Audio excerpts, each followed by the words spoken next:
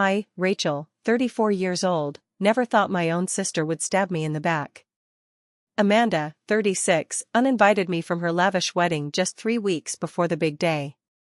After she married Thomas, worth a cool $15 million, they bought a stunning $2.8 million dream house in the most exclusive neighborhood in the city. But there was something about that house that Amanda didn't know, something only someone with my expertise in real estate law would catch. Little did she know, removing me from her wedding guest list would cost her everything she thought she owned. Before I tell you how it all went down, let me know where you're watching from in the comments, hit that like button, and subscribe to see how family betrayal led to the sweetest karma. Amanda and I grew up in a modest split-level home in suburban Chicago. Our parents, Mike and Diane, weren't wealthy by any means, but they made sure we never went without. Dad worked as a high school math teacher, and Mom was a nurse at the local hospital. They instilled in us one core value above all others: family loyalty. At the end of the day, all you have is family, Dad would say at our Sunday dinners, his voice firm with conviction. No matter what happens in life, you stand by your blood. Growing up, I always looked up to Amanda. She was everything I wasn't: confident, outgoing, and effortlessly stylish. While I buried myself in books, she commanded every room she entered. In high school, she was the homecoming queen, dating the quarterback, while I was president of the debate team. Despite our differences, we were incredibly close. During summer nights, we'd sit on our shared bedroom balcony and talk about our dreams. I wanted to become a lawyer, inspired by an internship at a local law firm during junior year. Amanda's ambitions were less defined but grander. "I'm going to live in a mansion someday," she'd say, pointing to the distant lights of the wealthy neighborhoods. "I'm going to have the kind of life people envy." I took the traditional path to success. I studied relentlessly, earned a scholarship to Northwestern, and graduated with honors before attending law school. I specialized in real estate law, finding satisfaction in the complex details of property rights and transactions. By 32, I had made junior partner at a respected Chicago firm, built a solid reputation, and purchased a comfortable condo downtown. Amanda's journey was different. She dropped out of community college after one semester, declaring it a waste of time. Instead, she cycled through retail jobs at increasingly upscale stores, leveraging her natural charm and beauty to climb into luxury sales. What she lacked in formal education, she made up for in street smarts and social intelligence. "College is for people who can't network," she once told me over brunch, sipping a mimosa. "I'm learning more about how the world really works by talking to rich people every day than you are reading textbooks." Despite our different paths, we remained close through our 20s.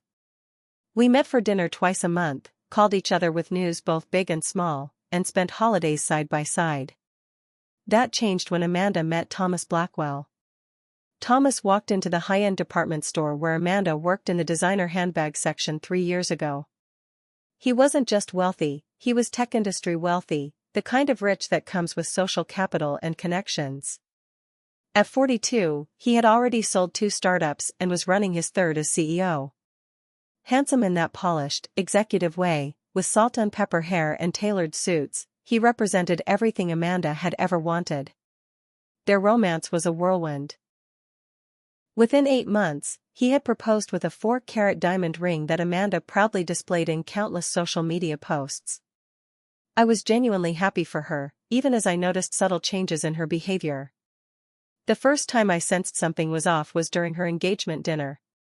Thomas had rented out a private room at Chicago's most exclusive restaurant. When I arrived, Amanda quickly pulled me aside. "Try not to mention Dad's teaching job," she whispered.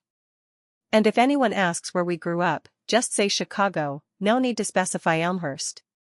I laughed, thinking she was joking. She wasn't. As the wedding approached, Amanda transformed before my eyes. Her designer clothes were no longer high-quality replicas but the real thing. Her accent subtly shifted to eliminate our Midwestern inflections. She joined a country club, took up golf, and began using phrases like summer as a verb. The biggest change came 6 months before the wedding, when Thomas and Amanda purchased a stunning $2.8 million house in Winnetka, one of the wealthiest suburbs of Chicago. The 5,200-square-foot modern mansion sat on an acre of manicured grounds, with floor-to-ceiling windows, a pool, and a 4-car garage. "You should see the master closet, Ratch," Amanda gushed during a rare sister lunch. "It's bigger than our first apartment." When I offered to look over the paperwork for the house purchase, a standard courtesy I extend to friends and family, Amanda waved me off. "Thomas has people for that," she said dismissively. "Top-tier attorneys from Johnson and Bard. You wouldn't know them." I felt the sting of her implication but swallowed my pride. I'd be happy to give it a second look. Sometimes even big firms miss things in the fine print. Amanda's smile tightened. "We're fine, Rachel. Not everyone needs to penny pinch and triple-check everything like you do." That comment hung between us, the first explicit acknowledgement of the growing divide in our lifestyles. Family gatherings became increasingly uncomfortable. At Mom's birthday dinner, Amanda spent the entire time on her phone, texting with what she called her new circle. She barely touched the homemade lasagna Mom had prepared specially for the occasion. "Sorry, I'm doing this clean eating program with my trainer," she explained, while Mom's face fell in disappointment. When Dad tried to engage Thomas in conversation about the Cubs season, Thomas responded with monosyllabic answers before turning back to his own phone. "They're just busy with the wedding planning," Mom said later, making excuses as she always did for her eldest daughter. "Once they're settled, things will go back to normal." Dad nodded in agreement, but I caught the worry in his eyes. The Amanda we knew was vanishing, replaced by someone who seemed embarrassed by her own family. Still, I persisted in trying to maintain our relationship. I sent thoughtful texts, suggested lunch dates at restaurants I knew she'd approve of, and listened patiently to her stories about her new life, even when they felt like thinly veiled boasts. Each time, I told myself that underneath the designer clothes and affected mannerisms, my sister was still in there somewhere. The last time I visited Amanda at her new house, 3 months before the wedding, I barely made it past the foyer. "Could you take your shoes off?" she asked immediately, eyeing my modest heels with distaste. "The floors are Italian marble." As I obliged, I noticed she didn't offer to take me on a tour, keeping me confined to the massive open-concept living room. When I used the guest bathroom, I found it stocked with hand towels embroidered with B4 Blackwell, already erasing her own identity. I left that day with a heaviness in my chest, sensing that I was losing my sister to a world that had no place for me. Yet nothing prepared me for what would happen next, a betrayal that would alter both our lives forever. As Amanda's wedding approached, it transformed from a celebration of love into what felt like a status exhibition. The budget ballooned to $250,000, with details that seemed designed to impress rather than create joy: ice sculptures of the couple, a 12-piece orchestra, and centerpieces flown in from Holland. Thomas seemed happy to finance whatever Amanda wanted, viewing the wedding as he might a corporate event, an opportunity to demonstrate wealth and influence. Despite the growing distance between us, Amanda had asked me to be her maid of honor early in the planning process. I'd taken the role seriously, spending nearly $3,000 on the designer bridesmaid dress she'd selected, shoes dyed to match exactly, and professional hair and makeup trials. I'd organized a bridal shower that met her exacting standards and listened to countless phone calls about insignificant details like the precise shade of the napkins. With just 3 weeks until the wedding, I was exhausted but excited. Maybe once the spectacle was over, my real sister would return. Then came the dinner that changed everything. Amanda invited me to join her, Thomas, and 4 couples from their social circle at Alinea, a 3-Michelin-star restaurant downtown. I spent hours preparing, buying a new dress that stretched my budget and researching the backgrounds of the guests so I'd have appropriate conversation topics. From the moment I arrived, I felt the cool assessment of Thomas's friends, all hedge fund managers, tech executives, and their equally polished spouses. They spoke a different language, one filled with references to private islands, boarding schools I'd never heard of, and mutual friends with famous last names.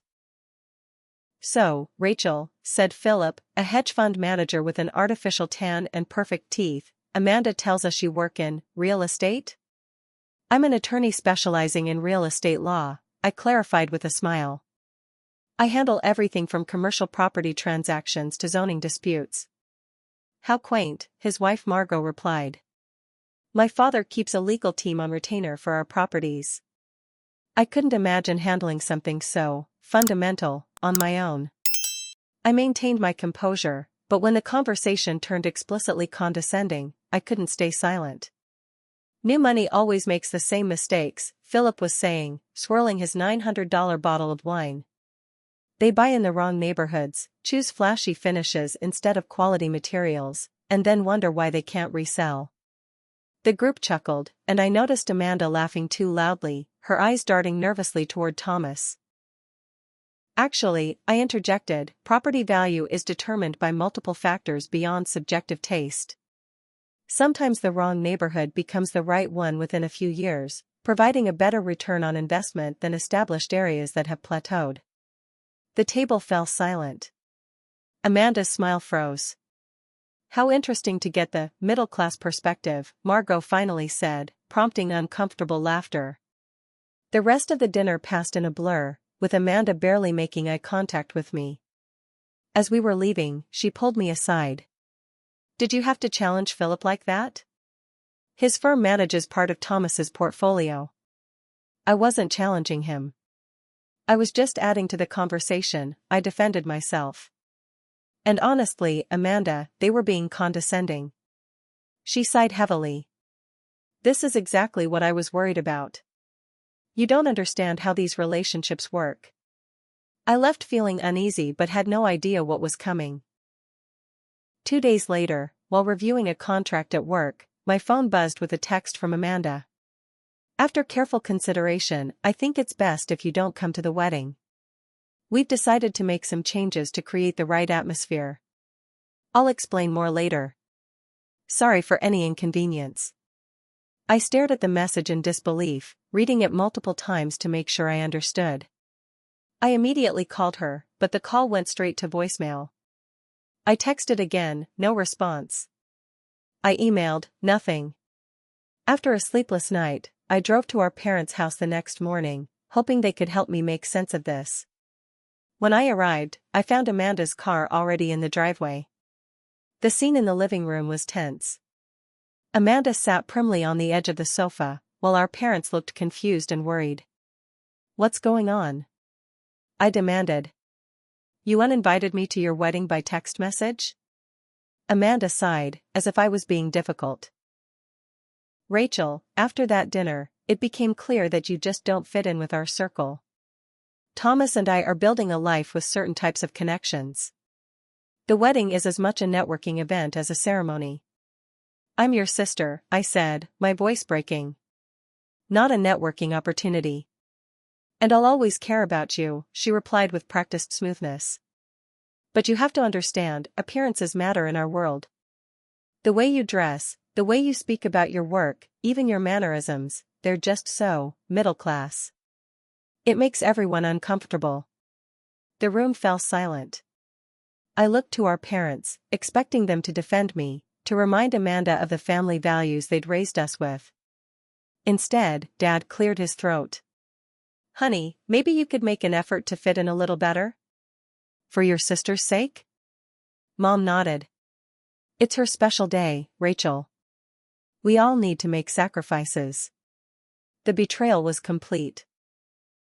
Not only had my sister rejected me, but my parents were taking her side. You're asking me to apologize for who I am? I asked, looking at each of their faces. To be ashamed of the work I've achieved and the life I built? No one's saying that, Mom said quickly. But for family peace. I stood up, gathering my purse. Dad always taught us that family comes first. That we stand by our blood no matter what. I guess that lesson only applied to me. As I left, Amanda called after me, the dressmaker needs the bridesmaid dress back. I've already found a replacement who's a better fit. The following weeks were a fog of pain and disbelief. Through social media, I discovered that Amanda had removed me from all wedding events, the rehearsal dinner, the brunch, everything. She'd told extended family and friends that we'd had a mutual agreement about my absence. On the wedding day itself, I sat alone in my apartment, mindlessly scrolling through the flood of photos appearing online. The ceremony looked like something from a luxury magazine, Amanda radiant in a custom gown, Thomas distinguished in his tuxedo, and my parents beaming proudly in the front row. The reception featured celebrity performers, custom cocktails, and party favors that cost more than most people's monthly rent. I recognized several faces from that fateful dinner, all laughing and celebrating with my family while I sat excluded, erased from what should have been one of the most important days we shared. Depression settled over me in the following weeks. I threw myself into work, staying at the office until midnight most evenings. Partners noticed my increased billable hours and praised my dedication, unaware that I simply couldn't bear to return to my empty apartment with its memories and photos I hadn't yet had the heart to remove. It was during one of these late nights, reviewing property documents for a commercial client, that a thought first occurred to me. Amanda and Thomas's house purchase had been rushed, completed in just 3 weeks from offer to closing. In my professional experience, hasty high-value transactions often contained overlooked details or errors. I dismissed the thought initially. Despite everything, investigating my sister's property seemed like crossing a line. But as days turned into weeks with no contact from Amanda or my parents, the idea returned with increasing frequency. It would just be professional curiosity, I told myself. A hypothetical review as a mental exercise. Little did I know that this mental exercise would unlock a sequence of events that would change both our lives forever. 2 months after Amanda's wedding, the acute pain of betrayal had dulled to a persistent ache. I had stopped checking her social media accounts and thrown myself completely into my work. My colleagues noted my intensity but attributed it to ambition rather than emotional avoidance. On a crisp October morning, I stopped at my usual coffee shop before heading to the office. While waiting for my order, I noticed a familiar face, Brandon, Thomas's executive assistant whom I'd met during the engagement party. "Rachel, right?" he said, looking momentarily uncomfortable. "Amanda's sister?" "That's me," I replied with forced lightness. Though apparently not sister enough to make the wedding cut. Brandon winced. "Yeah, that was unfortunate. Office politics get complicated." "Office politics?" I asked, confused. He lowered his voice. "Thomas's investors were at that dinner. They're very old money, very traditional. After you left, they made some comments about family background that Thomas took to heart. It wasn't personal. The idea that my exclusion had been to appease some rich stranger somehow made it worse, not better. Brandon must have sensed my discomfort because he quickly changed the subject. "Anyway, I'm actually dealing with some paperwork issues for their house." "Thomas mentioned you're a real estate attorney?" "I am," I confirmed, professional interest piqued despite myself. "The property was purchased through this complicated trust arrangement," Brandon continued, looking frustrated. "Now there's some question about title insurance and beneficiary designations. Thomas is traveling, and I'm trying to make sense of it all." "Those trust arrangements can be tricky," I commented, trying to sound casual. "Especially with high-value properties." Brandon sighed. "Tell me about it. Anyway, I should go. Nice seeing you, Rachel." As he left, I stood frozen, coffee forgotten. The conversation had planted a seed in my mind that I couldn't ignore. Was there something actually wrong with their house purchase? Back at my office, I stared at my computer screen, wrestling with an ethical dilemma. Looking into Amanda's property would feel invasive, retaliatory even. But property records were public information. Anyone could access them. Just the public records, I told myself. Nothing more. I entered the address into the county recorder's database. What I found surprised me. The $2.8 million house hadn't been purchased directly by Amanda and Thomas as individuals. Instead, it had been bought through the Blackwell Family Trust, a complex legal entity that owned several properties. This wasn't unusual for wealthy individuals, who often used trusts for tax advantages and asset protection. What was unusual was the specific arrangement of this trust and how the property had been designated. I dug deeper, requesting additional documents and scrutinizing the details. Hours passed as I followed the paper trail, and what I discovered left me momentarily breathless. There had been a critical error in the paperwork. Amanda was listed as a beneficiary of the trust but not as a legal owner of the house itself. The way the trust had been structured created a loophole. The house technically remained property of the main Blackwell family trust, which included Thomas's parents and siblings as primary trustees. In simple terms, despite what Amanda believed, she had no legal ownership of her dream home. I sat back in my chair, mind racing. This wasn't just a minor oversight, it was a significant vulnerability in their property arrangement. If the trustees decided to review the trust assets or if Thomas's relationship with his family changed, Amanda could potentially lose all claim to the house. To verify my findings, I consulted with Sophia, a colleague who specialized in trust law, presenting the case as a hypothetical. So in this scenario, I asked casually during lunch, would the spouse have any legal claim to the property? Sophia shook her head. Not without being explicitly named on the deed or as a trustee. Being a beneficiary only gives rights to the benefits of the trust, not ownership of specific assets. If the primary trustees decided to sell or reassign the property, the beneficiary would have very little recourse. And this would be completely legal? I pressed. Absolutely. Unfortunate for the spouse, but perfectly legal. It's actually a common arrangement in wealthy families to protect assets from divorces. She gave me a curious look. Why do you ask? Working on a prenup case? Just a hypothetical, I assured her. Thanks for the insight. That evening, as I was processing this information, my phone rang. It was my mother. Rachel, honey, I know things have been strained, but I wanted to let you know that Amanda is pregnant. She and Thomas are having a big announcement party next weekend. I felt a complicated mix of emotions, happiness for the news of a niece or nephew, bitterness at being excluded from yet another family milestone, and shock at the timing given what I'd just discovered.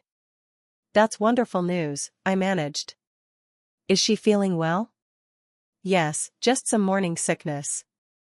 Listen, Rachel, she hasn't officially invited you to the party, but your father and I think this would be a perfect opportunity for you two to reconcile. Couldn't you reach out to her? The familiar pattern emerged again, me expected to make peace, to overlook Amanda's behavior, to be the bigger person. Mom, she uninvited me from her wedding. She hasn't contacted me in months. Why is it my responsibility to fix this? My mother sighed. Because family is family, Rachel. And? She hesitated. Amanda has been telling people that you weren't at the wedding because you were dealing with some mental health issues. She thought it would be easier than explaining the real situation. The revelation hit me like a physical blow. Not only had Amanda excluded me, but she'd also created a false narrative that painted me as unstable. She said what? I whispered. She meant well, Mom insisted weakly. It was better than telling everyone you had a fight. After ending the call, I sat in my dark apartment, anger crystallizing into resolve. The information about the house now felt like more than just an interesting legal anomaly. It felt like justice waiting to happen. I opened my laptop and began meticulously documenting exactly how the legal loophole in the house ownership could be exploited. I wasn't just theorizing anymore, I was planning. The ethical attorney part of me argued this was wrong, potentially even a violation of professional standards. But another part, the wounded sister who had been discarded and then lied about, saw a perfect opportunity to teach Amanda a lesson about the real meaning of family loyalty. By morning, I had a comprehensive understanding of exactly what needed to be done. The question was no longer whether I could impact Amanda's claim to her dream house, but whether I would. Over the next week, I created detailed documentation of the property ownership issues I'd discovered. I organized the public records chronologically, highlighted the critical discrepancies, and drafted a memo outlining the legal implications. Everything was meticulously annotated with relevant statutes and case law, not just thorough but unimpeachable. To ensure I wasn't missing anything, I approached Marcus, a senior partner at my firm who specialized in high-net-worth estate planning. I presented the situation as a hypothetical case study. "I've come across an interesting property arrangement," I explained, showing him the sanitized documents with identifying information removed. "I'm curious about the legal vulnerability here." Marcus studied the papers, his experienced eyes quickly identifying the same issues I had found. "This is a textbook example of improper trust execution," he said, circling key sections. "The beneficiary designation is ambiguous, and the property transfer protocol wasn't followed correctly." He looked up at me. "Where did you find this case?" "Just reviewing some public records for research," I said vaguely. "I'm considering writing an article on common trust vulnerabilities." He nodded approvingly. "Good angle. Mistakes like these happen more often than people realize, even with high-end properties and supposedly sophisticated legal teams." He handed the papers back. "If this were a real case, the primary trustees could absolutely reclaim the property if they discovered this error." With Marcus's inadvertent confirmation, I refined my strategy. Every step I planned would be legal, ethical from a professional standpoint, and, most importantly, impossible to trace back to me as anything other than coincidental. Despite my determination, I experienced intense emotional turmoil. Each night, I lay awake questioning my motivations and potential consequences. Was I becoming as callous as Amanda? Would exploiting this loophole make me just as bad as she was? The night before I planned to take the first concrete step, I almost backed out. I sat on my balcony, phone in hand, contemplating calling Amanda to warn her about the vulnerability in her property ownership. It would be the kind, sisterly thing to do. Then fate intervened in the form of an industry networking event. As a junior partner, I was expected to attend these functions to build client relationships. Normally I found them tedious, but this particular evening changed everything. I was at the bar getting a club soda when I heard a familiar voice behind me. "Rachel? Amanda's sister, right?" I turned to find Thomas, looking slightly uncomfortable but maintaining his executive polish. "Thomas. I'm surprised you remember me," I said, unable to keep the edge from my voice. He had the decency to look embarrassed. "Look, that wedding situation was unfortunate. Business considerations sometimes require difficult decisions." "Yes, I've heard family is quite the business liability," I replied coolly. Rather than respond to my barb, Thomas changed the subject. "Actually, I'm glad I ran into you. I'm planning a surprise for Amanda with the baby coming and everything." My curiosity got the better of me. "What kind of surprise?" "I'm putting the house entirely in her name," he said, lowering his voice as if sharing a secret. "A push present, you know? I'm having the paperwork drawn up to transfer it from the family trust directly to her. With the baby coming, I want her to feel secure." I maintained a neutral expression while my mind raced. Thomas was planning to fix the very vulnerability I had discovered, which meant I had a limited window to act. "That's thoughtful," I managed. "When are you planning to do this?" "After the first trimester announcement." "So, in about a month." He checked his watch. "Anyway, I should circulate. Good seeing you, Rachel." As he walked away, I felt a strange sense of clarity. The universe had presented me with a clean opportunity, a chance to act before Thomas unwittingly closed the loophole. If I was going to do this, it had to be now. The next morning, I filed a carefully worded inquiry with the county recorder's office, ostensibly for a research project on trust property transfers in high-value residential areas. The inquiry specifically highlighted properties with potential documentation irregularities, including, but not limited to, the Blackwell property. Next, I arranged a meeting with Harrington and Weld, the law firm that managed the Blackwell Family Trust. I positioned myself as a specialist consultant researching trust vulnerabilities for a white paper. During the meeting, I asked general questions about their verification processes for trust assets, subtly directing the conversation toward the exact type of oversight that had occurred with Amanda's house. "We actually conduct regular audits of all properties in our managed trusts," said Gerald Weld, the senior partner. "Though I must admit, with the volume of assets under management, sometimes the detailed reviews get delayed." "Interesting," I replied.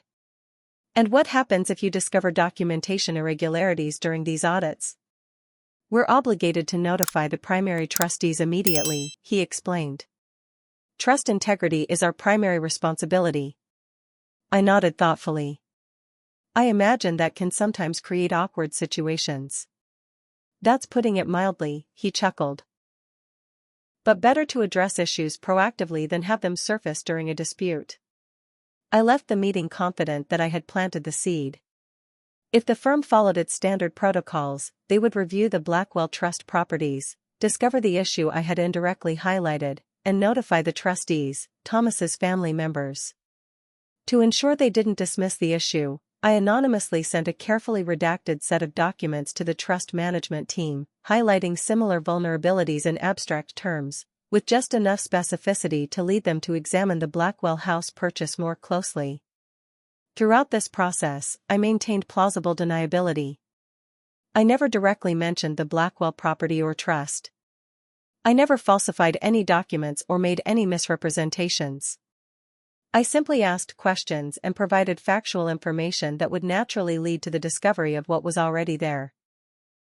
The final piece fell into place when I learned through industry contacts that the Blackwell Family Trust was conducting its annual review 2 weeks earlier than usual due to tax planning considerations. This would accelerate the discovery of the property issue. As I waited for the consequences to unfold, I received an invitation in the mail, not to Amanda's pregnancy announcement party, but to my parents' anniversary dinner the following weekend. The handwritten note from my mother made it clear, "Amanda and Thomas will be there. Please come and make peace." Once again, I was expected to be the peacemaker, to overlook Amanda's behavior for the sake of family harmony. The invitation strengthened my resolve. The wheels were now in motion. I had created a situation where the Blackwell Family Trust would discover the property ownership issue through their own processes, without any direct action on my part. Thomas's family would likely assert their claim to the house, creating exactly the kind of insecurity for Amanda that she had created for me when she destroyed our relationship. I felt a complex mix of emotions: satisfaction at the elegant legal strategy, guilt about potentially hurting my sister, and a deep sadness that our relationship had deteriorated to this point. But underneath it all was a certainty that some lessons can only be learned through consequences. As I waited for the situation to unfold, I rehearsed how I would respond when Amanda inevitably reached out for help.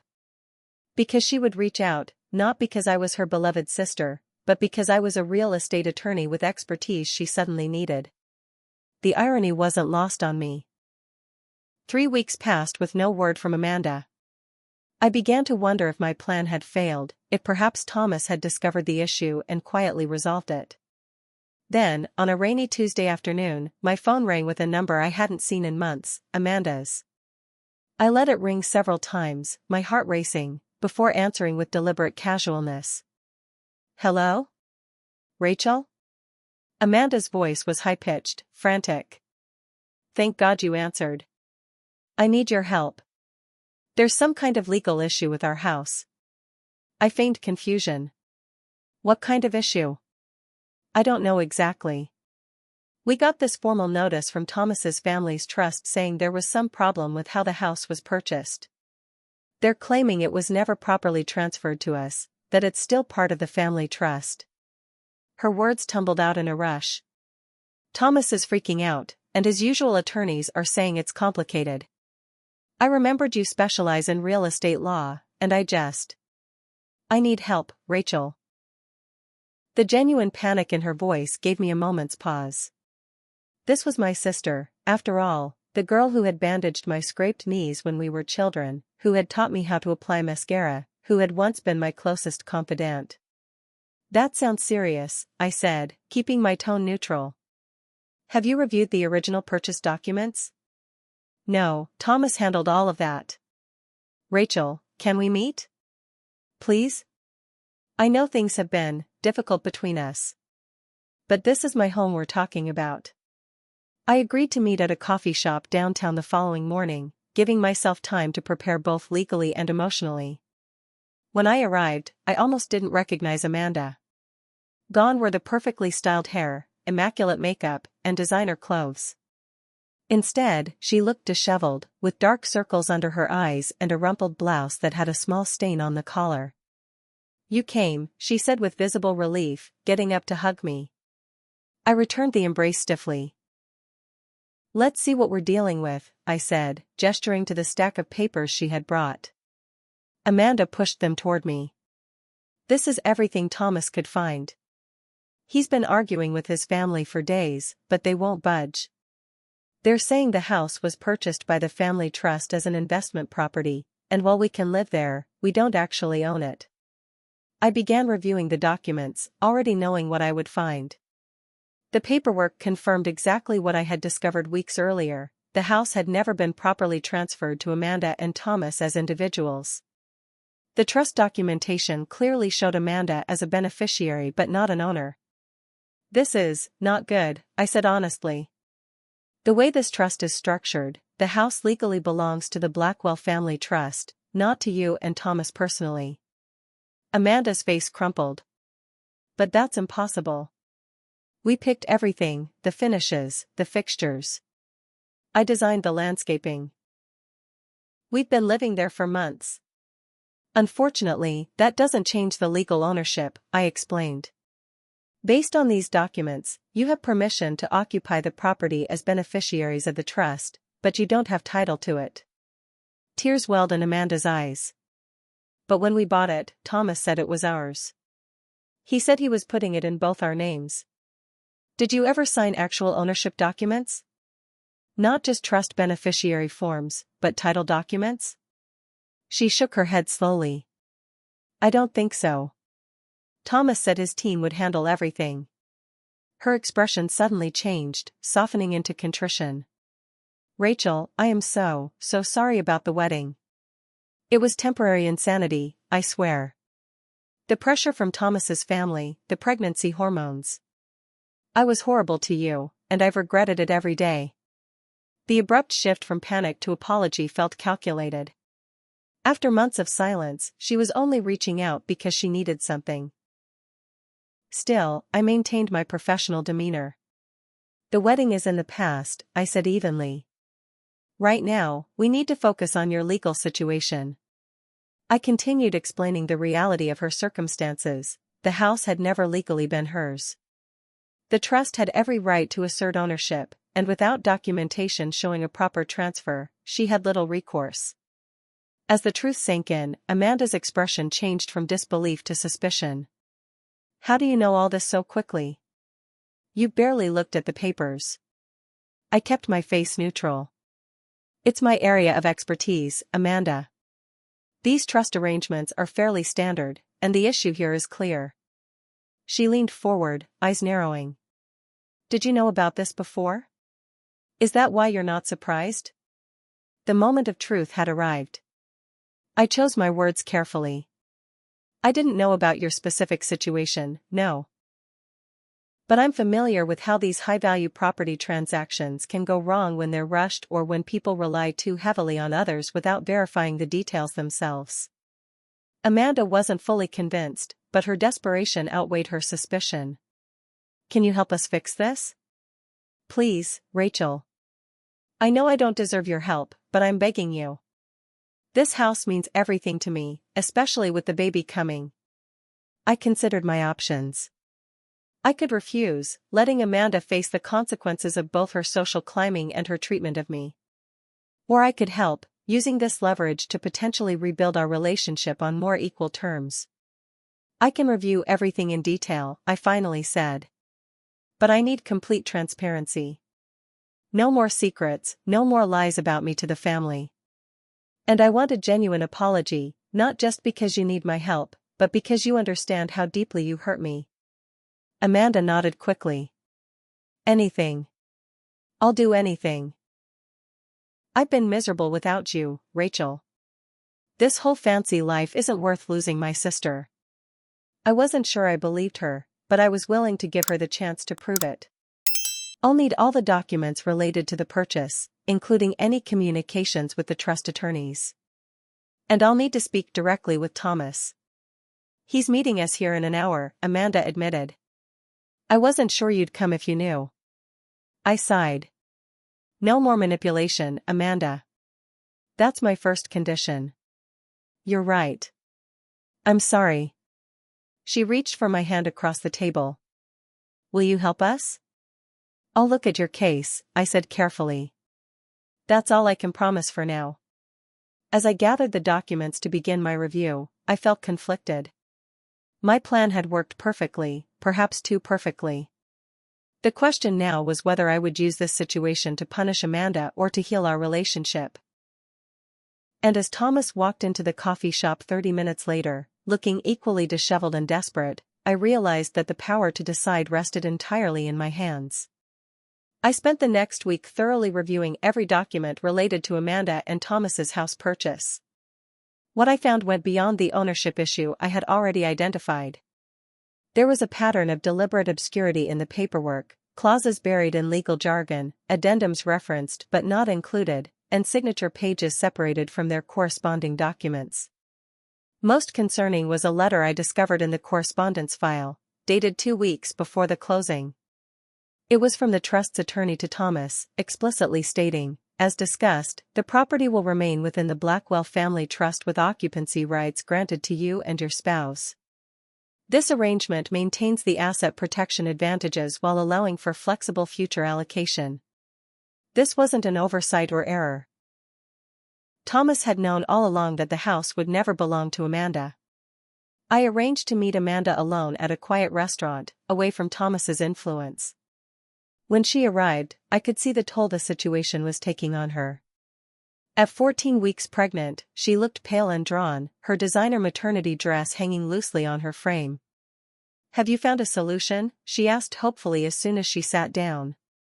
Amanda, I need to show you something, I said gently, sliding the letter across the table. She read it slowly, her expression changing from confusion to disbelief to anger. This can't be right.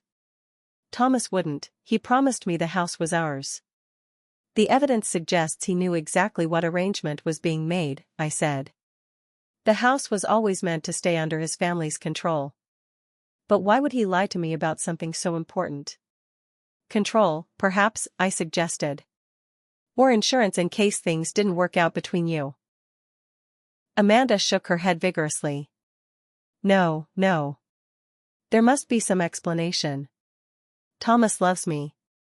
We're having a baby. I'm just telling you what the documents show, I said. You should ask him directly. She stared at the letter again, reality slowly setting in. So the house was never really mine? All those design choices, the nursery I've been planning. Legally, no. You've been living there at the pleasure of the Blackwell Family Trust. Amanda's face crumpled, tears spilling down her cheeks. I handed her a tissue, feeling a complex mix of vindication and sympathy. What am I going to do? She whispered. Before I could answer, my phone buzzed with a text from our mother, family dinner tonight. No excuses from either of you girls. 7 p.m. sharp. I showed Amanda the message, and she managed a watery smile. Mom's not taking no for an answer. Will you come?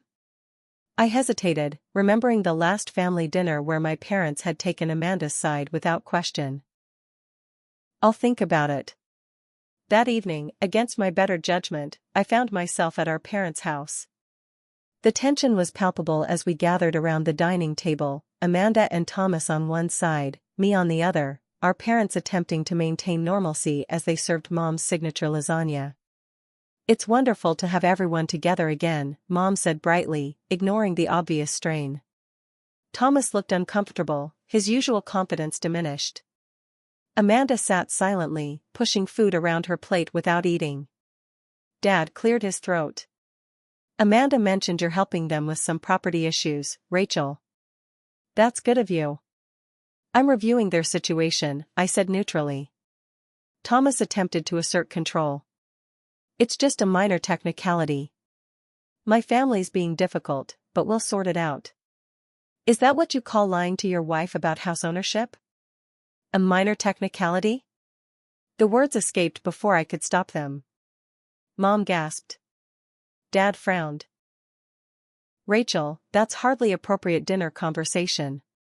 No, Dad, I think it's exactly the right conversation, I insisted, years of suppressed feelings suddenly bubbling up. This family has a pattern of avoiding hard truths. Amanda lied about why I wasn't at her wedding. Thomas lied about the house. And you and Mom pretend everything's fine as long as appearances are maintained. That's not fair, Mom protested. Isn't it? When Amanda uninvited me from her wedding, you took her side. When she spread rumors about my mental health, you went along with it. Family loyalty only seems to apply when it's convenient. Amanda looked up, guilt evident in her expression. She's right, Mom. I've been awful, and you and Dad enabled me. Thomas shifted uncomfortably. I think this is a family matter. Perhaps I should. You should stay, I interrupted. Because Amanda deserves to know the truth. Show her the letter, Thomas. The one from your family's attorney explaining that the house would always remain in the trust. Thomas's face paled. That was a standard legal precaution. It doesn't mean. It means you lied to me, Amanda said quietly. You let me believe we owned that house. You watched me plan a nursery in a home that could be taken away at any moment. The dinner deteriorated from there. Thomas attempted various explanations, each less convincing than the last. By the end of the evening, the truth was inescapable. Thomas had deliberately misled Amanda about the house ownership, and his family was now asserting their rights. As we were leaving, Amanda pulled me aside. The eviction notice came today. We have 30 days to vacate. Eviction? I hadn't expected things to move so quickly. She nodded miserably. Thomas's parents are reclaiming the property. And there's more, Thomas is threatening to contest custody of the baby if I fight him on this. He says his family's attorneys will bury me in legal fees. Looking at my sister's devastated face, I felt a wave of guilt. My plan for justice had spiraled into something far more destructive than I'd intended. Amanda was losing not just her house but potentially her marriage and partial custody of her child. Stay with me tonight, I offered impulsively. We can talk through your options. For the first time since this all began, I saw genuine gratitude in Amanda's eyes. Thank you, Rachel. That night, as Amanda slept in my guest room, I stayed up reviewing options. I could come clean about my role in exposing the property issue, but that would destroy any chance of reconciliation. Or I could use my legal skills to help Amanda secure a fair outcome, perhaps finding redemption for us both in the process. The next morning, Amanda received a settlement offer from Thomas, a 2-bedroom apartment instead of the house, with strict conditions regarding custody arrangements. The message was clear: accept these lesser terms or prepare for a legal battle she couldn't afford to fight. I won't take it, Amanda said, surprising me with her resolve. That house was promised to me, and I won't let Thomas or his family bully me into accepting less. Her newfound determination reminded me of the sister I'd grown up with, stubborn, principled when it mattered. It gave me hope that perhaps the real Amanda wasn't completely lost to the social climbing persona she'd adopted. Over the following days, while helping Amanda gather evidence for potential legal action, I discovered something disturbing. Thomas had a pattern. Through discreet inquiries with colleagues, I learned of 2 previous relationships where women had been promised property or financial security, only to have those promises legally undermined when the relationships ended. When I shared this with Amanda, something shifted in her expression. I've been such a fool, she whispered. And I threw away our relationship for this. You were dazzled by the lifestyle, I said, more kindly than I'd felt in months. It happens. No, I was shallow and status-obsessed, she admitted. I became someone I don't even recognize. Someone who would discard her own sister to impress people who don't even care about me. Her raw honesty caught me off guard. This wasn't the calculated apology from the coffee shop, this was genuine remorse. I miss who we used to be, she continued, tears streaming down her face. I miss Sunday brunches and stupid inside jokes and having someone who knows the real me. I've been so lonely, Rachel, even surrounded by all that luxury. Despite everything, I felt my resolve weakening. I've missed you too. Can we try again? She asked hesitantly. Not because I need your legal help, though God knows I do, but because I need my sister back. In that moment, I realized that my revenge had accomplished something unexpected. It hadn't just exposed Thomas's deception, it had stripped away the artificial persona Amanda had constructed, revealing the sister I'd thought was lost. The betrayal still hurt, but perhaps there was a path forward for us, not based on blind family loyalty, but on honest recognition of past mistakes and genuine desire for reconciliation. We can try, I said cautiously. One day at a time. Amanda nodded, wiping away tears. That's more than I deserve. Thank you. As we sat together planning her next steps, I understood that the real victory wasn't in Amanda losing her house, it was in her finding her way back to authenticity and the family values we'd been raised with. The revenge had worked, but not in the way I'd anticipated. Sometimes the most effective consequence isn't taking something away, but restoring something that was lost. 6 months later, Amanda was living in a modest 2-bedroom apartment in a middle-class neighborhood, a far cry from the $2.8 million mansion but comfortable and, more importantly, legally hers.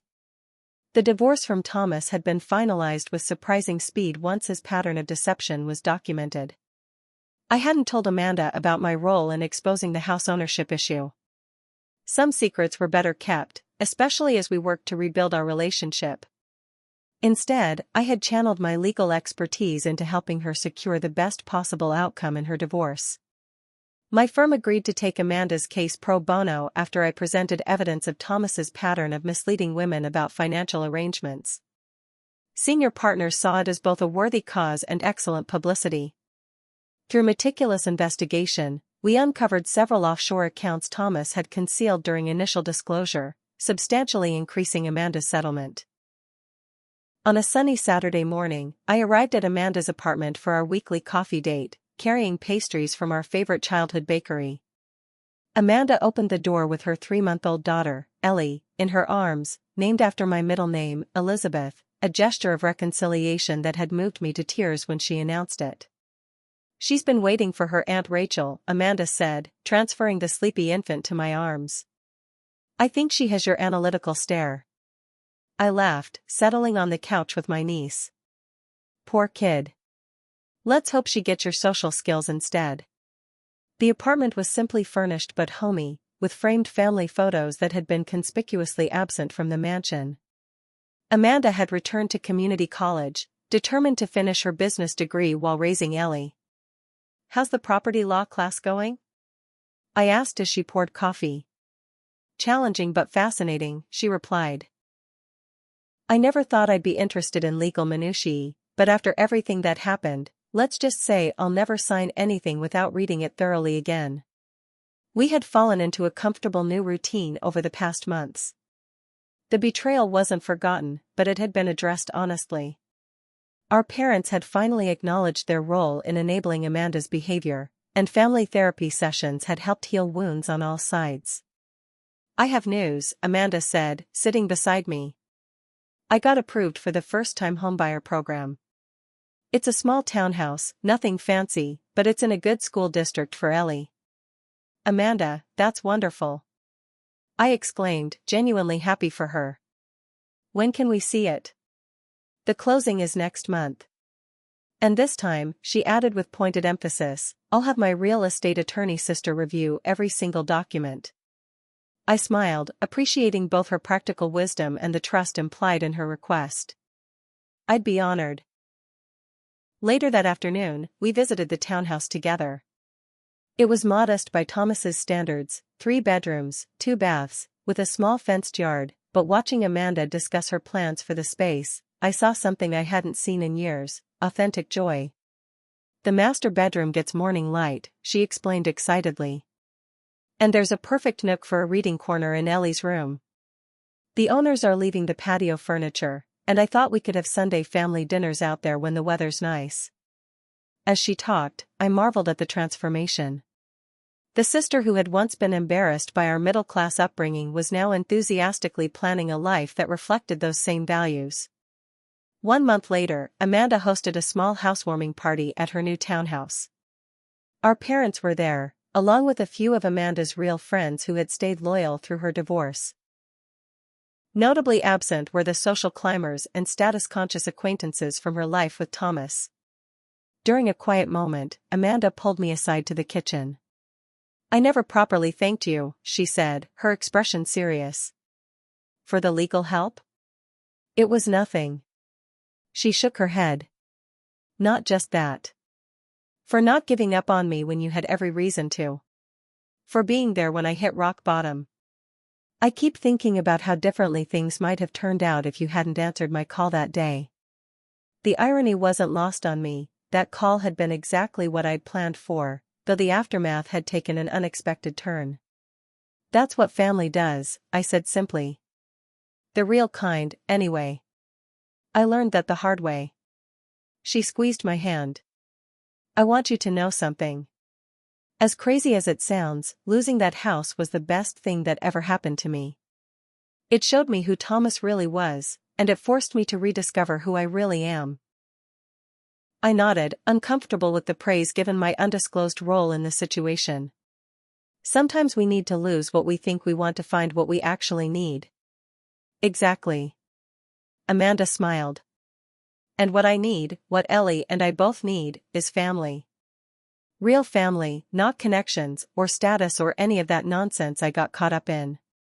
Later, as our small gathering enjoyed dinner in Amanda's modestly furnished dining room, I reflected on the journey of the past year. The $2.8 million house had been sold by the Blackwell Trust, neither sister wanting anything to do with it anymore. Amanda was happier in her authentic life than she had ever been in her artificial one. And our relationship, while different from what it had been in childhood, was perhaps stronger for having been broken and deliberately rebuilt. When it was time for toasts, Amanda stood with Ellie in her arms. "To my sister Rachel," she said, voice thick with emotion. "Who showed me that real wealth isn't about mansions or designer clothes. It's about having people who stand by you even when you don't deserve it."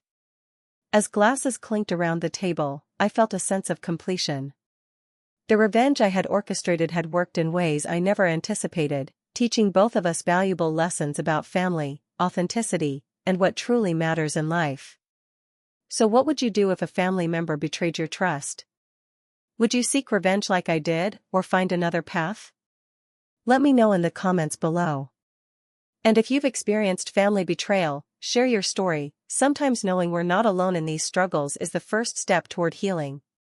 Don't forget to like this video and subscribe for more real-life family stories. Remember, sometimes losing what you thought you wanted leads to finding what you truly need. Thank you for watching, and may you find strength in your own family challenges.